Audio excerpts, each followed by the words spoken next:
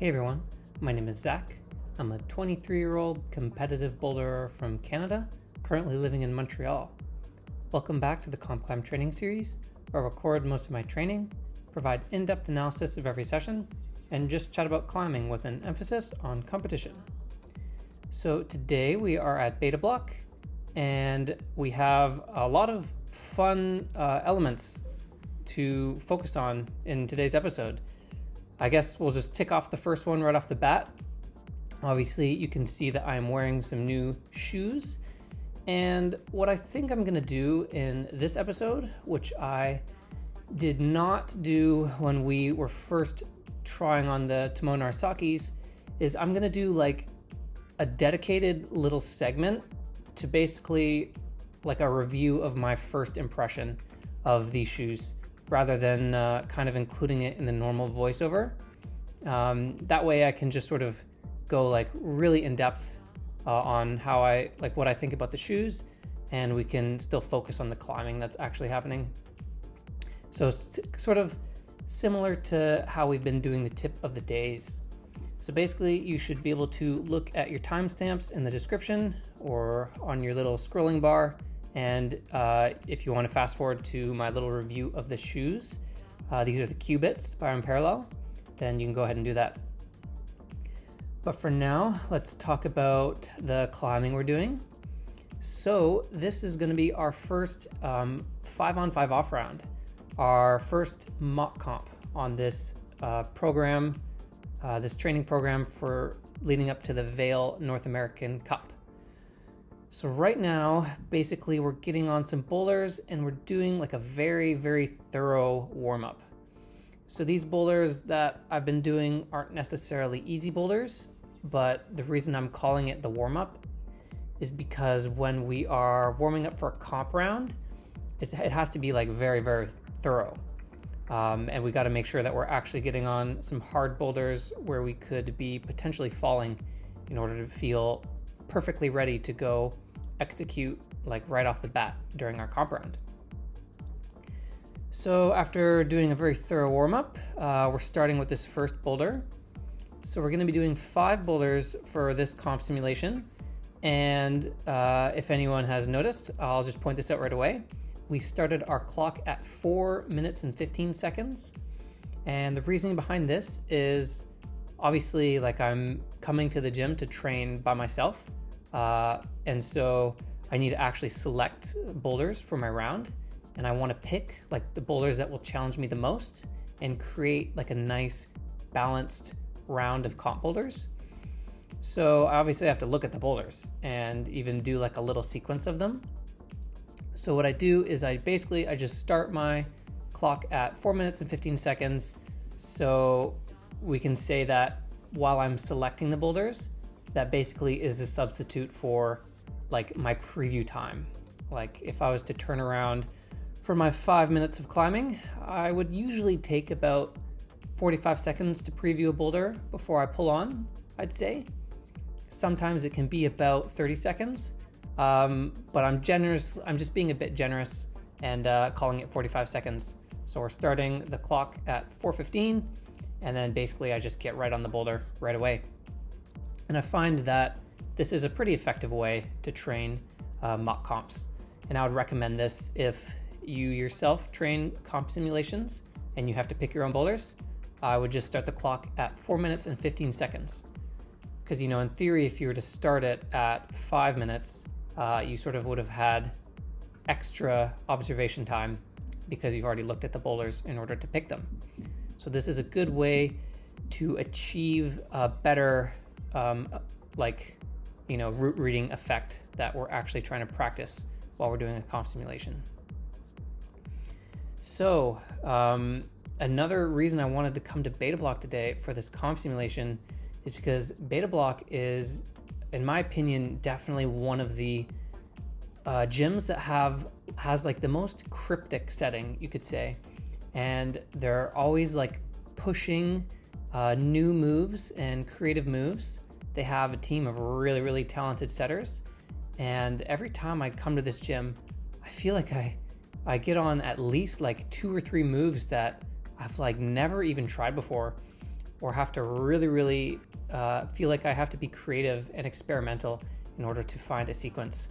And that is sort of exactly the kind of style of boulders that you want to be training on for a comp simulation. Because with the high-level comps, such as the North American Cups that we're going to be going to, setters are always trying to like push the limits and trip the climbers up. So training at Beta Block during these comp simulations helps me get an edge and maybe get exposed to some crazy new moves that I haven't seen before. And we will be getting on some of those later. We will see. But for now, let's talk about this boulder we're trying here. So this one, you can see I'm not able to do anything on yet, and not much is going to change through the rest of this 5 minutes. So I was feeling decent in this morning session.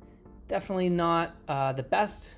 We all know that session 1, day 1, is always a toss-up how I'm feeling in the morning. I'd put this one at a 6 out of 10, but the idea is to still make do with what I have.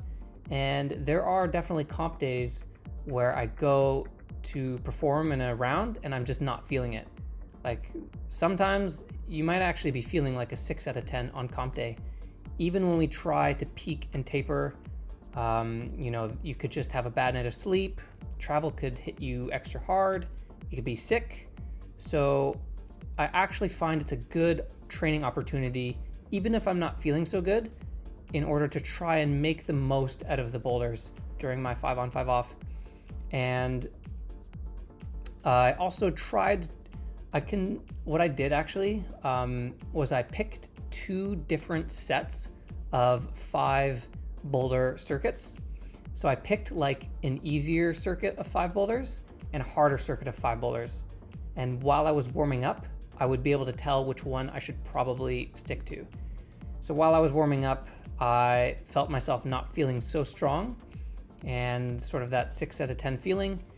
So I decided to go with the easier set of 5 boulders to give me a better chance to practice like my tactics, such as pacing my attempts, route reading, rest, confidence, try hard, all these things.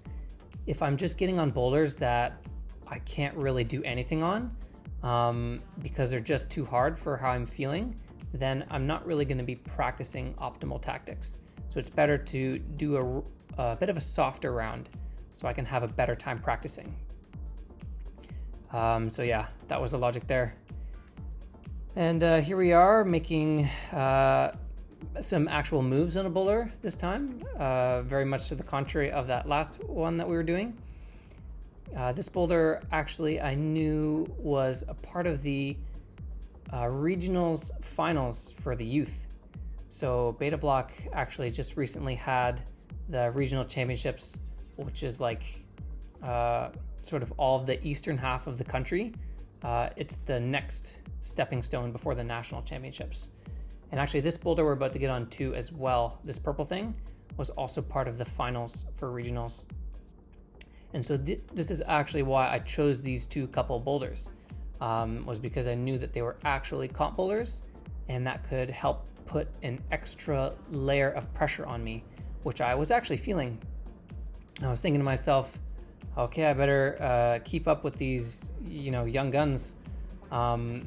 Luckily, I hadn't actually seen any videos of these finals boulders on social media, so I could go in super fresh and not have any beta spoiled for me. But I remember having had looked at the scores, and I had a good idea that these boulders had been topped. So it was some good pressure that I had to deal with. And that's like the whole idea with these mock comps and these comp simulations that I'm training on right now for Vail.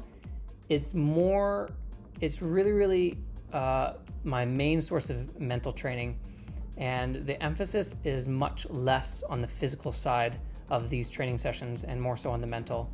Like this is where I'm going to be getting all of my mental training and tactical head game practice is during these comp simulations, which is also why we have like 3 or 4 of them scheduled on the program. So I want to be feeling nervous. I want to be feeling all the emotions. I want to put pressure on myself to do well. I want to root read like I've never done before. And I really want to get all of these pathways firing in my brain and have them super, super fresh going into Vail so that they don't feel foreign. You know, like nerves don't feel foreign to me. Cryptic boulders and trying to figure them out and having no idea what to do is not feeling foreign to me. And I'm just used to it. And my brain already just knows what to do. And it's like muscle memory. So that's what we really want to focus on with these comp simulations. And right now what I'm doing is a good example of one of these tactics. And this is just one of my least favorite things to do in a comp round. But it's also one of the most important things, I would say, is the situation where you have like, you know, maybe a second last hold drop, or in this case, a finish hold drop, and you know the boulder is well within your abilities and you need to maximize your rest. So what this means is you have to run down the clock and you basically can only try the boulder one more time. And this is the situation in competitive bouldering that is just like the highest pressure situation. Maybe other than, I don't know, having to flash a slab to secure some positioning. Having to run down the clock, knowing that you can do the boulder and you only have one more try is so hard to do during a competition. And it's a lot easier to sort of mimic it in training like I am now in a comp simulation. So it was very easy for me to make the decision to do so today. Because all I have to say to myself is, okay, you know, it's training. I know what the correct thing to do in this situation is, and it's simply to wait down the clock and only try the boulder once more. But on comp day, it's really, really difficult to do that and basically risk it all on one more attempt. So the reason it's effective to practice these, doing these proper tactics in training is because what happens is you actually see them start to pay off, and you do them and they work. And basically this sort of subconsciously reaffirms yourself and your brain that these tactics work and they're the correct decision for a reason. So by putting in enough reps of correct tactics in comp simulations, my subconscious sort of like intuitive competitor within me will just be more reassured on a lot of these tactics that we're supposed to do on comp day, but are difficult to do because they're scary and they make you nervous. So even just on this sort of softer circuit of 5 boulders, I was really trying to treat it like a real comp and try to make myself nervous and try to make myself really have to practice these tactics while I was nervous. I think I did a good job of that.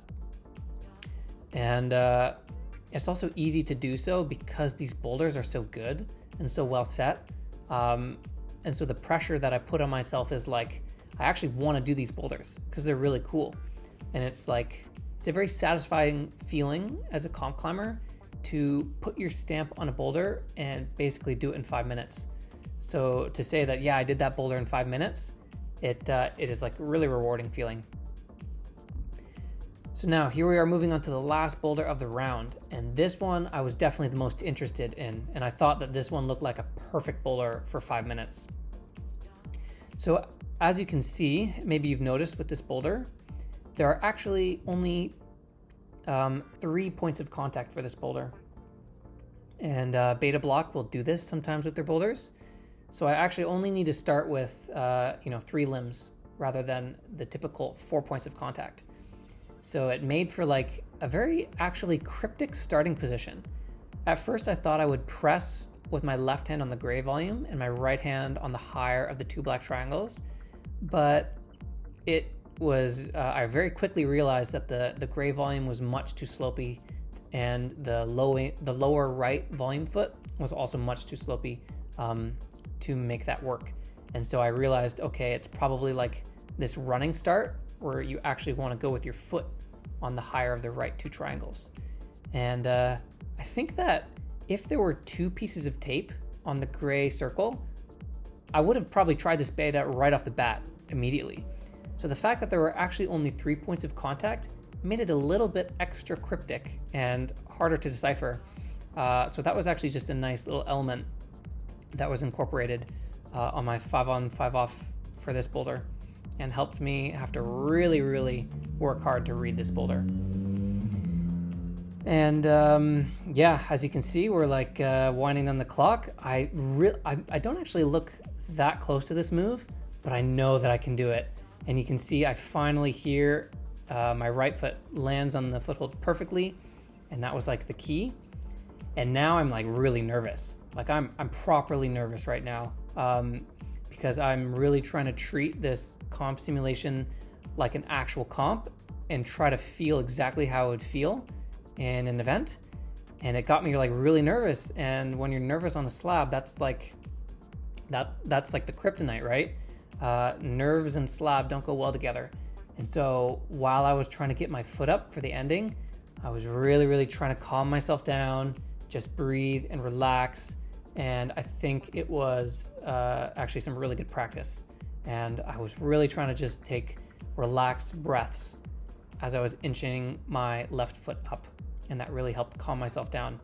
And now even just like practicing that a little bit, it's another tool that I can put in my toolkit going into Vail. And yeah, just like really practicing relaxing on slab is another important thing that we got to focus on going forward.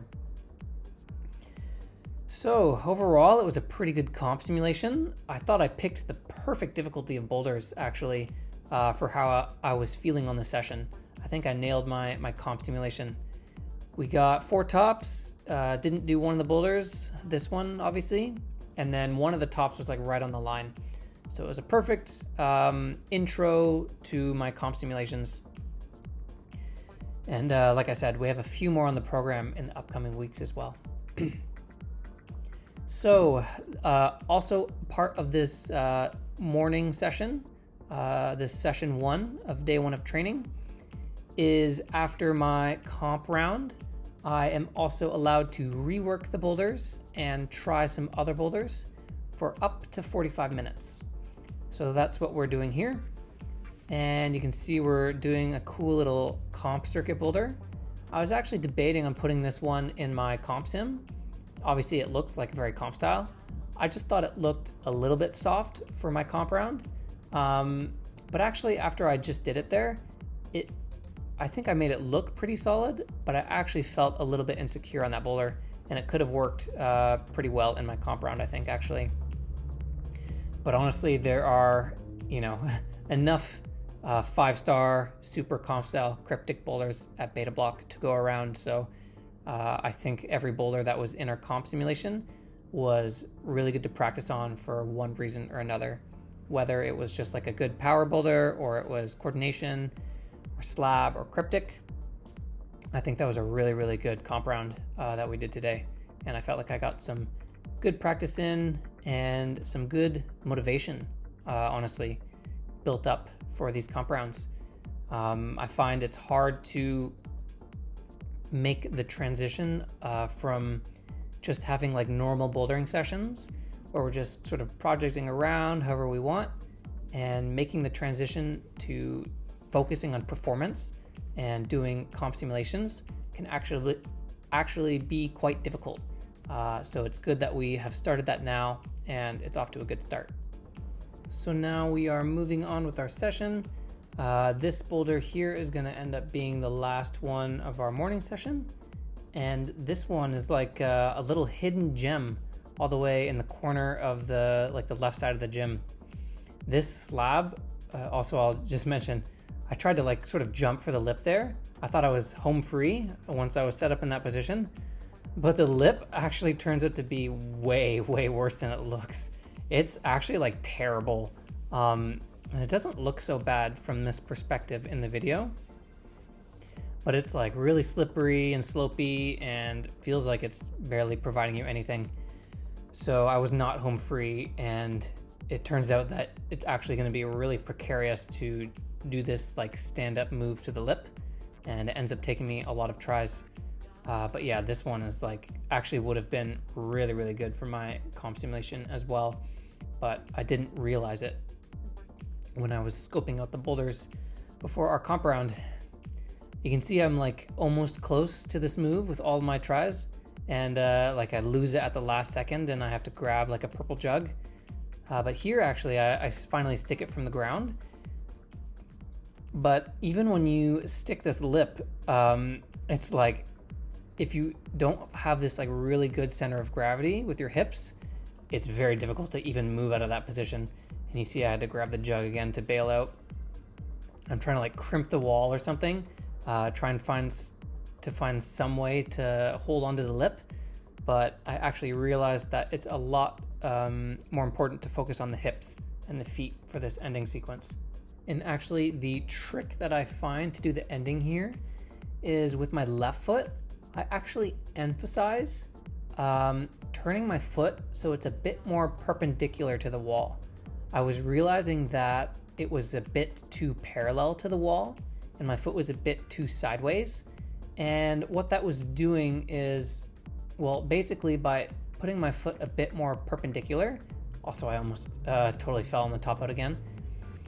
By putting my foot a bit more perpendicular, what it did is it put my like platform a little bit further out from the wall and helped me lean inwards more, right? Whereas if my foot was sideways and parallel to the wall, it puts my hips and my sort of platform of my foot a bit closer to the wall, and therefore like pushing my chest out, and you know my body's right up against the wall, so I'm falling back more.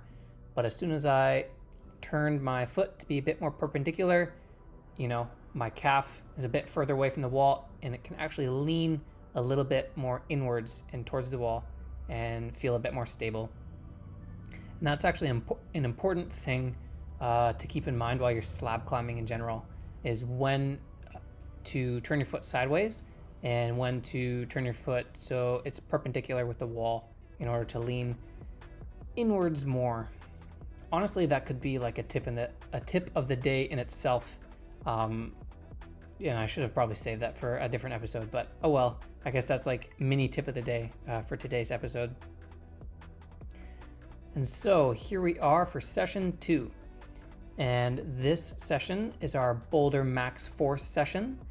So this is where we get on all the strength-based boulders, and it's because day 1, session 2 is usually when I feel at my strongest. And so trying the strength-based boulders is a good way to make use of that. And so that is what we're going to be doing. And as we are going to see in this session, there are definitely a lot of strengthy and power-based boulders to go around. So let's talk about this boulder as well, actually. This one was obviously from our comp sim earlier in the day. This one is going to feature today's tip of the day. So today's tip of the day, I think, is a pretty fun one. It seems pretty subtle, but I think that this is a technique that can often be overlooked by it can be overlooked by intermediate level climbers, but I feel like even advanced level climbers do this a lot without them really realizing what they're doing. And I find like it was the same for me. I would use this sort of moon kick technique a lot. And then when I finally sort of realized what I was doing over the years, it helps you have a better understanding of when to apply it and why it's actually effective. So basically what I'll talk about today is this kind of like drop knee moon kick, we can call it. So when we have a better understanding of like when we're doing this and why we're doing it, it just helps you know like when to apply it better and how to emphasize it properly. So anyway, the idea is this will mostly come into play when you find yourself having to do like a pogo or a moon kick off of while you're like holding onto slopers or bad holds. Because obviously in this situation, my left hand is on like a pretty bad sloper and there's not much I can actually do with my lower body. Like the hold isn't good enough for me to find a better foot setup to maybe get like my foot higher and do a regular sort of cross move. So I have no choice but to kind of like pogo with my right leg. But the weird thing is I need a pogo with my right leg in order to pull myself to the left. And so it's kind of counterintuitive. You'd think usually with a right leg pogo, you would be moving your right arm sort of maybe upwards or even to the right. So how do we use a moon kick effectively with our right leg in order to go to the left? And that's where this sort of drop knee moon kick kicks in. And what we do is, I call it a drop knee moon kick, but we don't actually want to emphasize necessarily dropping our knee in this move. The main elements to focus on when you're doing this kind of move is to rotate your hip inwards, like rotate your hip in the direction that we want to go. In this case, I want to be going to the left. So I want to rotate my hip inwards to the left. And I also want to kip my foot to my butt, basically. And this like helps direct a bit of momentum towards my center of gravity. And by kipping it towards my butt while my hip is rotating inwards to the left, I'm driving my momentum towards the left and upwards, which is the direction of the next hold we want to get. Whereas if I was to do kind of just like a lazy, sort of more standard moon kick or pogo, my leg will kind of just, swing out to the right and up, but that's not actually directing my momentum in the direction that I want to go. So by twisting my knee inwards, rotating my hip inwards, kicking my butt, I'm creating sort of this rotational force that's and upwards force because I'm obviously sinking low with my arms and I'm like pulling at the same time I'm doing this. And then I add the hip rotation and the backwards leg kip where I'm kipping my foot to my butt. All of this is helping direct my momentum in a better way. And we're doing this sort of like drop knee moon kick thing, which I'm sure I'm like including a little visual here, but it helps basically direct our momentum in the way we want to go, whereas a regular moon kick would not. So that's today's tip of the day. When I guess a good way to summarize this is, let's say you're on bad holds, you have to do like sort of a crossing move. That's where it's usually going to come into play, like crossing over, and you have no choice but to moon kick or pogo. Try doing a drop knee moon kick where you rotate your hip and kick your butt, and this is going to help direct your momentum towards the hold you want to get to. And I was also feeling much stronger on this boulder in the second session compared to the morning. It was also like quite a bit, it was a lot warmer in the morning, and they had like the garage door open, but by the afternoon they had the AC on and the door was closed. And so that was also really helpful to hold on to this start hold here. And here you can see I'm getting this sort of drop knee moon kick that helps fly me over to this flat hold. And I finally get a send of this boulder. And this boulder was actually like quite satisfying to do today. Probably my proudest ascent of the day, honestly. That one was a bit of a stiff 6-2, I thought. That first move, maybe there's like a better way to do it.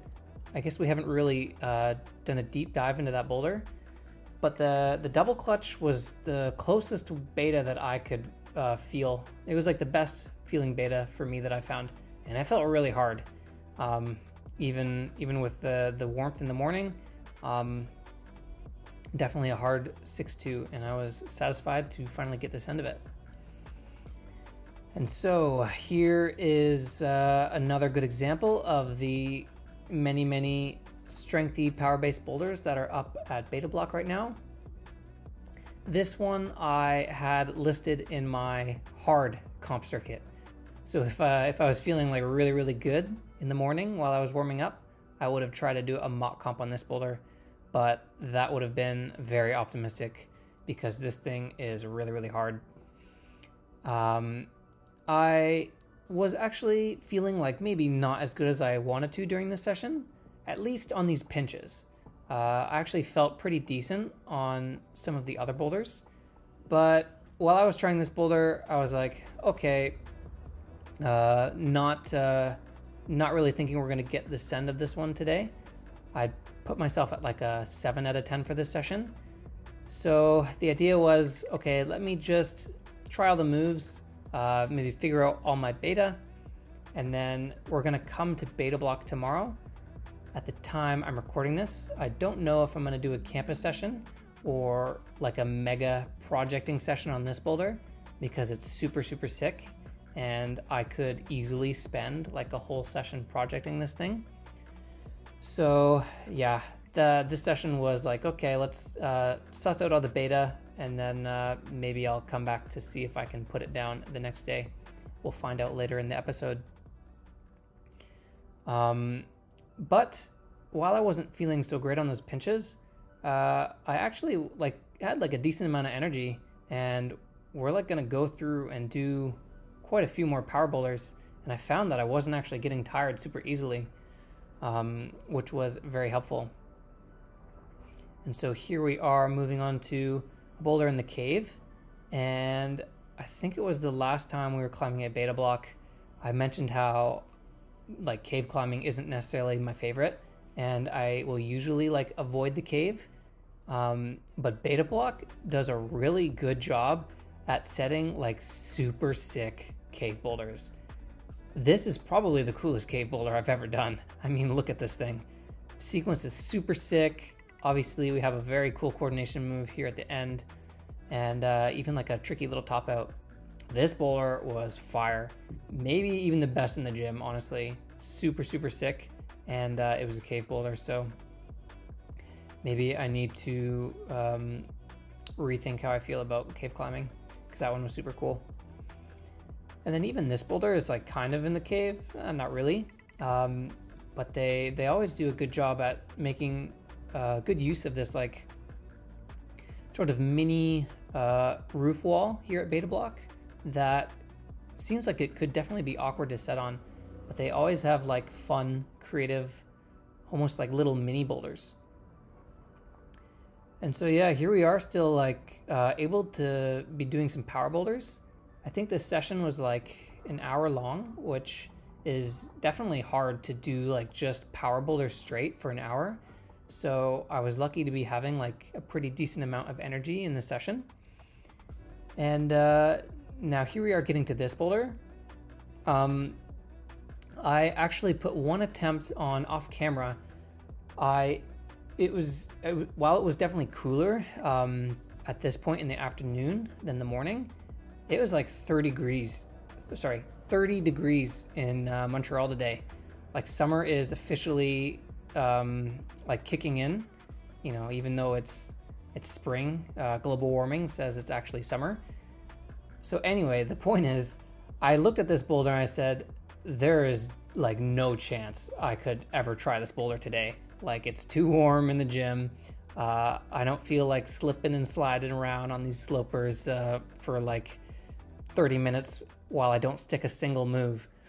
But the attempt that I went and put on off camera, I like stuck a couple moves and I was like, oh, okay, maybe I could actually try this boulder. I think honestly, since I approached this boulder with like no expectations and sort of almost like without a care in the world, it gave me an advantage on this boulder. And we're about to get the send of this, by the way, on this next try, which I was very, very surprised to do, since this one is like super anti-style. This is like the kind of boulder I would say that I'm like really bad at. So I was surprised myself with a send. But yeah, honestly, I think what I mean by coming at this boulder with like without a care in the world gave me an advantage is that your attitude on a friction and sticky based boulder, like dependent boulder like this one, is really important. Like your attitude and just your emotional state when trying this kind of boulder will really affect your performance. And it's actually kind of like works against you. The more motivated you are to do a boulder like this, the more fired up you can get, and actually sort of like the more sweaty that your hands can become. And so it can actually be a bit of a better idea to approach a boulder like this, trying to almost convince yourself that you're not as psyched to send the boulder and almost approach it a bit more chilled out, because that's gonna actually kind of keep your skin a bit cooler and sweat less if you're just sort of in a more chilled out state. Whereas if you're getting like really worked up, your body gets warmer, like more sweat's going to your hands, it's gonna make sticking to these kinds of holds a lot harder. And so actually being a bit more chilled out helped me stick to those holds a bit better. So that was a good little lesson actually today while I was trying this one. So anyway, we're gonna fast forward to future Zach, as we are probably looking at the next day of training on the screen right now, so I will give it up to him. So here I am again, and as you can see, we are doing our training in an unusual order. I'm doing my hangboard and workout right now, which is unusual. Usually we see this at the end of the episode. And the reasoning for this is just because I wanted to go do another session at Beta Block today, but the gym doesn't open until 11 a.m. And I've been pretty busy these days, so I always try to get my training day started at 10. I usually start my first session of the day at 10 a.m. Otherwise, the day just ends up getting pushed back a lot, and like everything else sort of just gets messed up in my schedule. So what we're doing is we're going to do our hangboard and workout first, because we can go to Roseblock and do it at 10 a.m. And then I can do my beta block session, which is actually going to end up being a campus session as well as our endurance, at our normal session 2 time, which is usually around 3:30. I usually do my first session at 10 and second session at like 3 or 3:30. And yeah, I guess here's a little spoiler. I don't end up wanting to go like project that black boulder from Beta Block again. For those who watched our program breakdown for this like Vail North American Cup training program, I was talking about how the free session that I have scheduled on the plan that lives in day 2, session 1, it's a free session, so I can always choose whatever kind of training I'd like to do, like whatever I'm psyched on. But I'm always going to make an effort to prioritize campusing, because it's not actually like hard scheduled in on the program anywhere. So I want to make sure I do it as much as possible during the free sessions. And that's just because it is obviously very important to build up some super strong explosive feeling power and pulling power. And like, especially since you can tell, like I don't do any like pull-up training during my workouts. I'm not doing like my weighted pull-ups or my one arms in this program.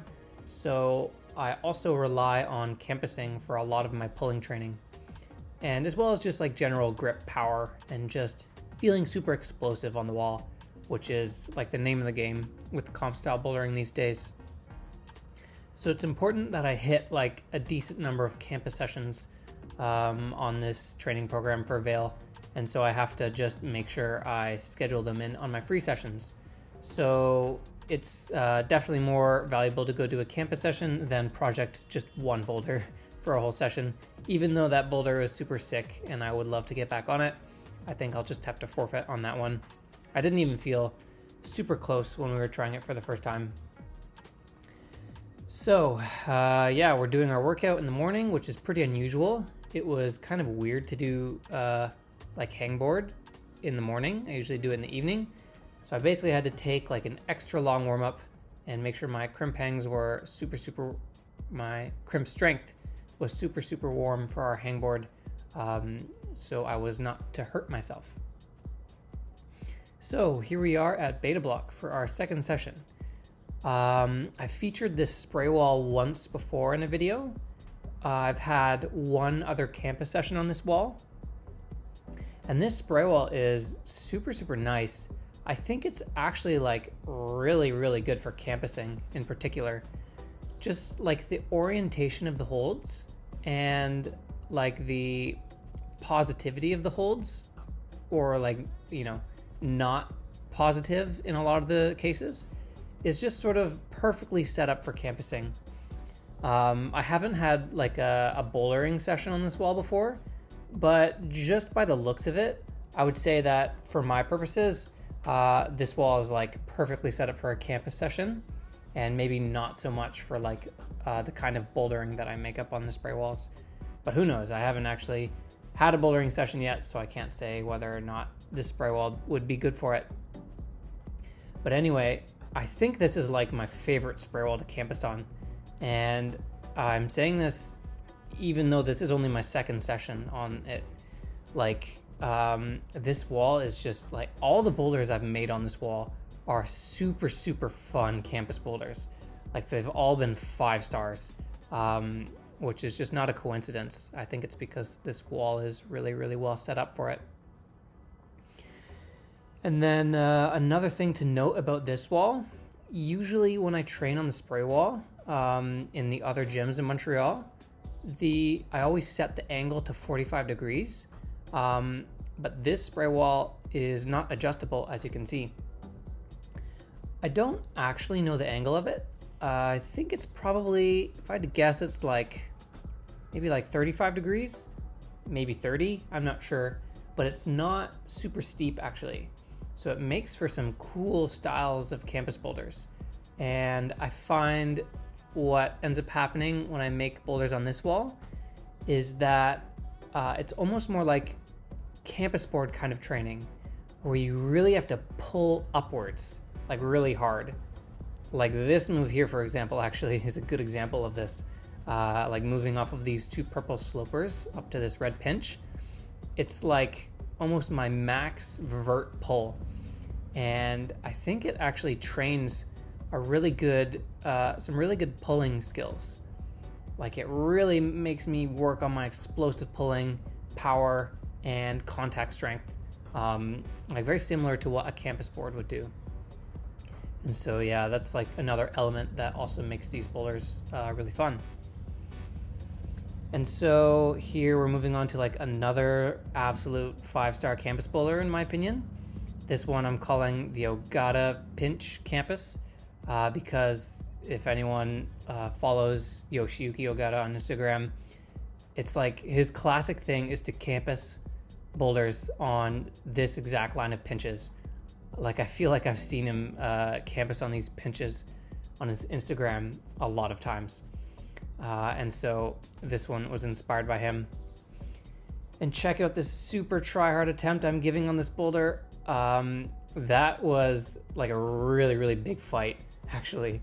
It's been a while since I've tried that hard to just stay on the wall and not let go. That was a really fun attempt. And that attempt really, really zapped me.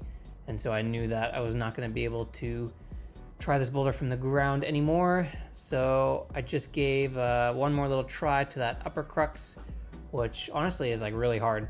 I think to get a full send of that boulder would be really difficult. But I'm sure we will come back to Beta Block for a campus session again in the future. And hopefully this set of the spray wall will be up for longer. I have no idea how old it is, so hopefully I'll get a chance to try some of these campus boulders that I made up again in the future. So, time for our last training session of this episode, and that is our endurance session, which we're doing immediately following the campusing. So obviously this has been like an action-packed episode. We've done so much different kinds of training, and I was starting to feel it at this point. Like I knew that this endurance session was gonna be brutal.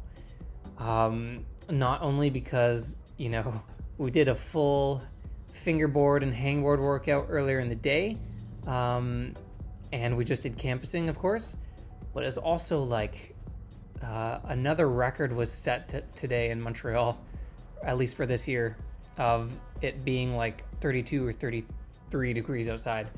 So even with the fortunate air conditioning in Beta Block, it was still like really, really hot. And I was getting like seriously overheated throughout this endurance session. It was very uncomfortable to be Zach during this session. But since this was the last session of the day and of like these 2 days of training, and we didn't have any training to follow, it meant that I could just absolutely empty the tank. And so that was going to be the goal for this endurance session. And honestly, just like beating your body down and suffering like this can actually be quite satisfying sometimes. And there is an element of fun into just, you know, suffering this much, repping out these boulders. I guess I also should mention, like I really try to emphasize good technique while I'm doing these reps of my endurance on these boulders, because I feel like the point of this endurance as well is to also to be able to climb well while you're pumped.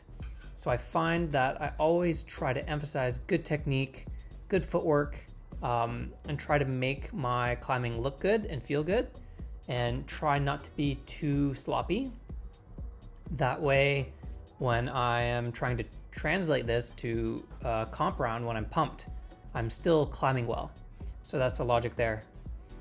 But anyway, the point of that that I wanted to get to was, like, it doesn't look necessarily that I'm trying super hard on all these attempts because I'm trying to make my climbing look good and flow.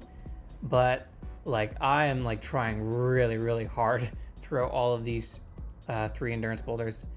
And as you can tell, like, I wasn't able to get all 4 reps on this purple boulder. The little paddle move used like a lot of contact strength, which is really hard to do when you're pumped, obviously.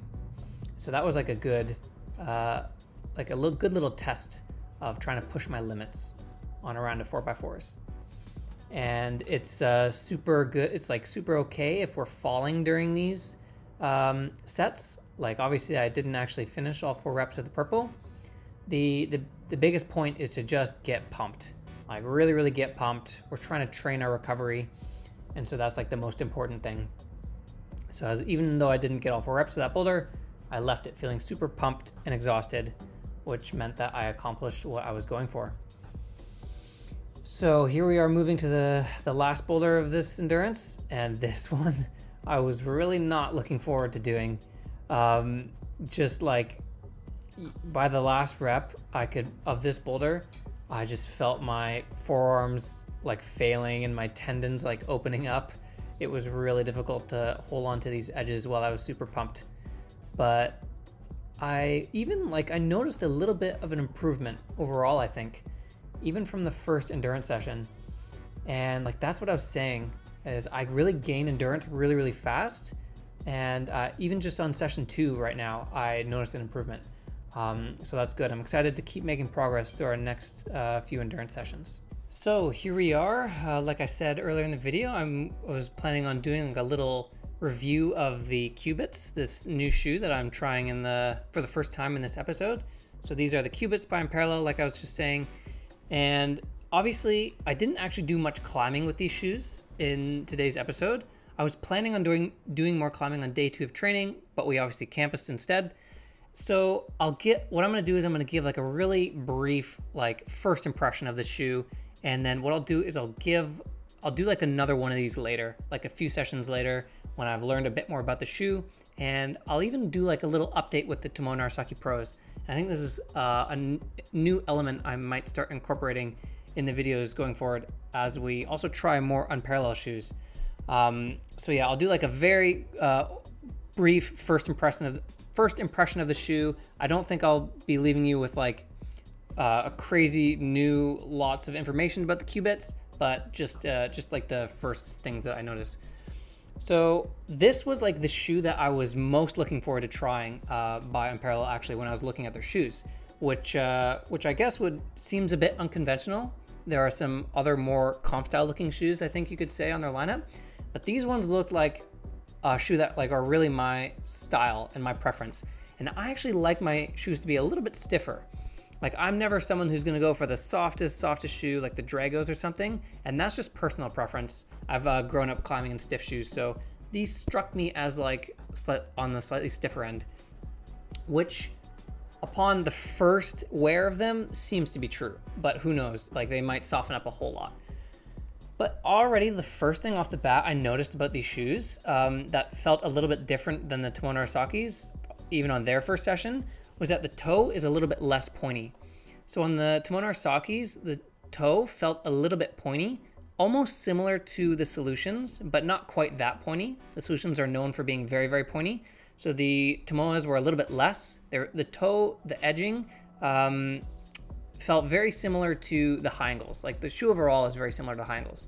But what I noticed about these shoes is the toe is a little bit less pointy, and basically, like, let's say this is sort of where we would be weighting a foothold with the Tomoe Narasaki's. This is where we're weighting it with the Cubits. So it's slightly closer to like underneath your toe, which is, it's like very personal preference on what you prefer.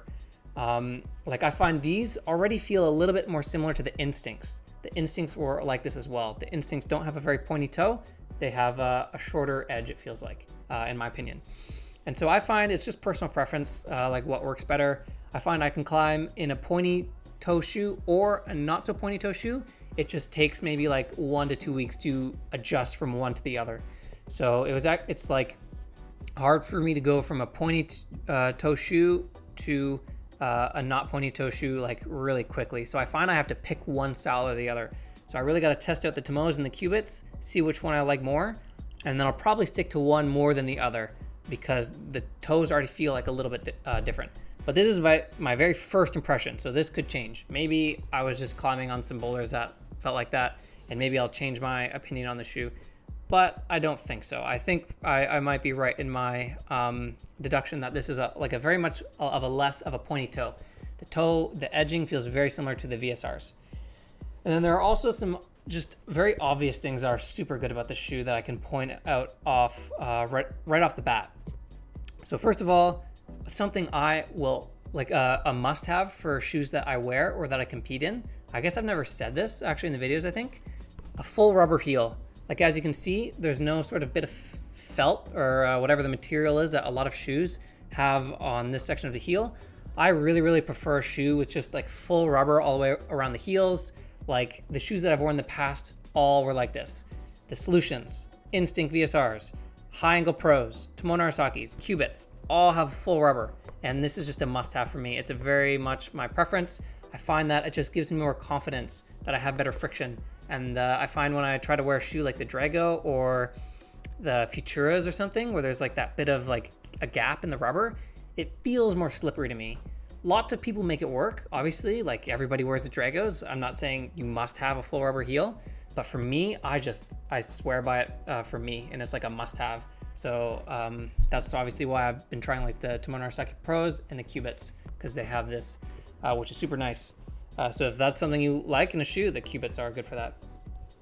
Another great thing is we got a lot of toe rubber on this shoe. It's like super nice. And like another reason that the Unparalleled shoes have been feeling quite similar to the High Angles for me as well is that the toe rubber does not peel. So for any of my fellow VSR wearers, the VSR toe rips up, like the rubber rips off in like a week or two for me. It's ridiculous. If you do one toe hook that's too aggressive, there goes your rubber. Same thing with the Solutions, Futuras, like a lot of shoes in the past. Even my Furias that I was wearing from Scarpa got like this a little bit as well. But the High Angle Pros never did this for me. No matter how much I abused my toe hooks, or I could toe hook the sharpest thing possible, the rubber would not go anywhere. And this is proving to be the case with the Tomoe Narasaki Pros as well. I've been doing lots and lots of toe hooks, and the rubber is just staying intact, and it's amazing. And I can just, usually it feels like to me, it's like brand by brand this will happen. It's like a brand will be good with all of their shoes for whether or not the toe rubber rips up or not, or it won't be. So the fact that the Tomoe Narasakis are holding intact makes me feel very confident that the Cubits are going to be the same, because the toe rubber looks like it's constructed very similarly. So that's something Unparalleled already is really good for, is I can tell the toe rubber isn't going nowhere no matter how much I abuse it.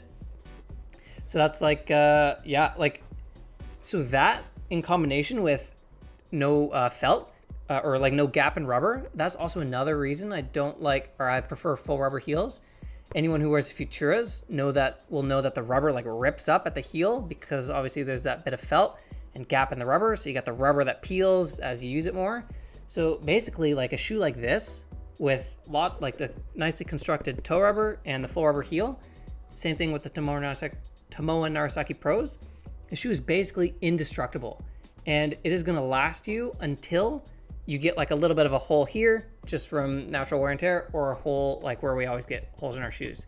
But you're never gonna have this shoe fail from the rubber peeling here or the rubber peeling here. Same thing with the Tomoe Narasaki Pros, and that's like just the absolute lifesaver, and I love it because it means I don't have to like buy a pair for comps specifically and keep them in perfect shape and train in another pair that gets ripped up to crap. Like this shoe is just not gonna break, and I can already tell that. Same thing with the Tomoes. So that's obviously a really big plus.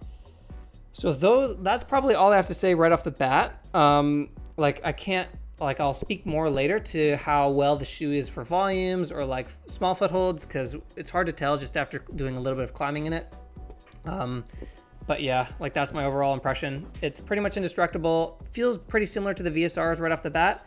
And yeah, that's about it. So anyways, this is a long ass video for you guys today.